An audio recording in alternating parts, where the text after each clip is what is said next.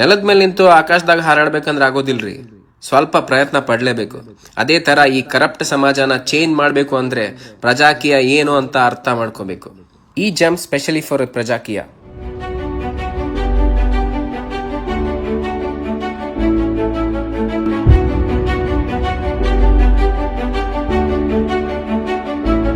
ಸ್ವಾರ್ಥ, ಈ ಸ್ವಾರ್ಥಕ್ಕೋಸ್ಕರ ನಿಮ್ ವೋಟ್ಗಳನ್ನು ಮಾರ್ಕೊಂಡ್ಬಿಟ್ಟಿದ್ದೀರಾ.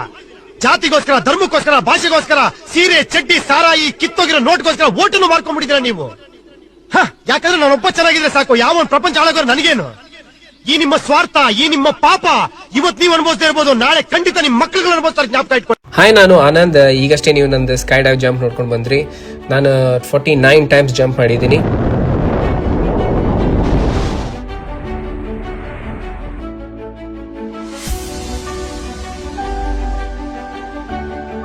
ಈಗ ನಾನು 50ನೇ ಜಂಪ್ ಮಾಡ್ಲಿಕ್ಕೆ ಹೊಂಟಿದ್ದೀನಿ.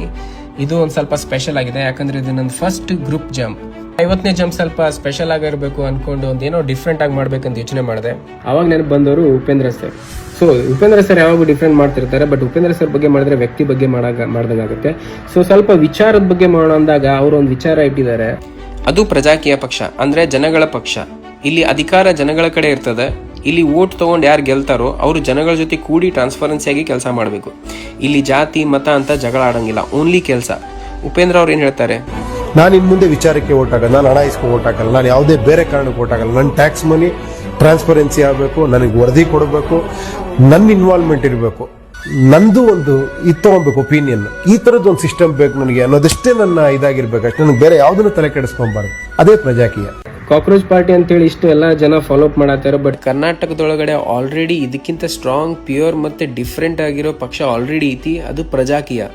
ಬಟ್ ಇದು ಎಲ್ಲರಿಗೂ ಸ್ಪ್ರೆಡ್ ಆಗ್ಬೇಕಂದ್ರೆ ನೀವೆಲ್ಲ ಸೇರೇನೆ ಮಾಡ್ಬೇಕು, ಇಲ್ಲಾಂದ್ರೆ ಅದು ಆಗುದಿಲ್ಲ.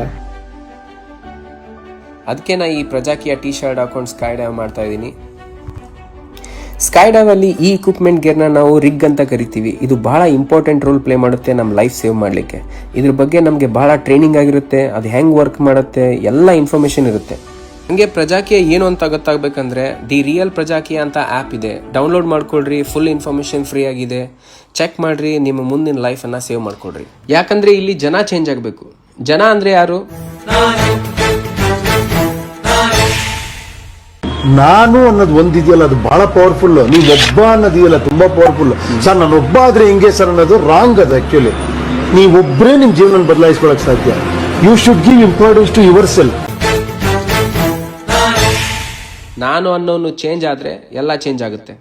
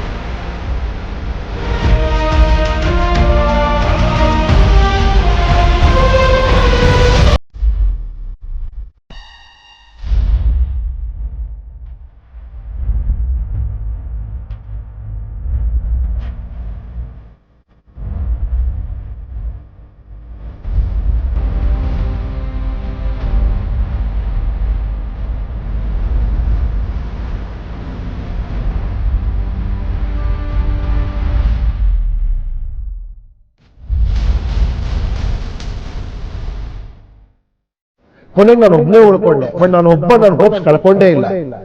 ನಾನು ಸಾಯೋರು ಕಳ್ಕೊಳ್ಳೋದು ಇಲ್ಲ.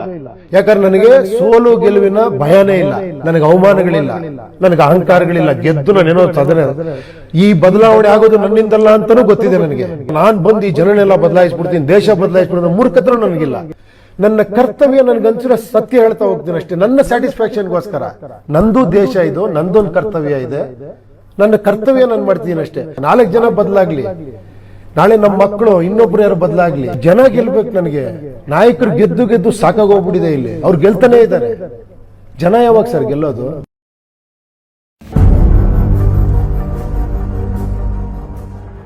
ಈ ವಿಚಾರನ ಇಷ್ಟು ರಿಸ್ಕ್ ತಗೊಂಡು ಮಾಡಿದ್ದೀನಿ. ನಿಮ್ಗೇನಾದ್ರೂ ಕರೆಕ್ಟ್ ಅನ್ಸಿದ್ರೆ ಎಲ್ರಿಗೂ ಶೇರ್ ಮಾಡಿ. ಪ್ರಜೆಗಳಿಂದ ಪ್ರಜಾಕೀಯ, ಪ್ರಜೆಗಳಿಗಾಗಿ ಪ್ರಜಾಕೀಯ, ಪ್ರಜೆಗಳಿಗೋಸ್ಕರ ಪ್ರಜಾಕೀಯ, ಮಟ್ಟ ಹಾಕ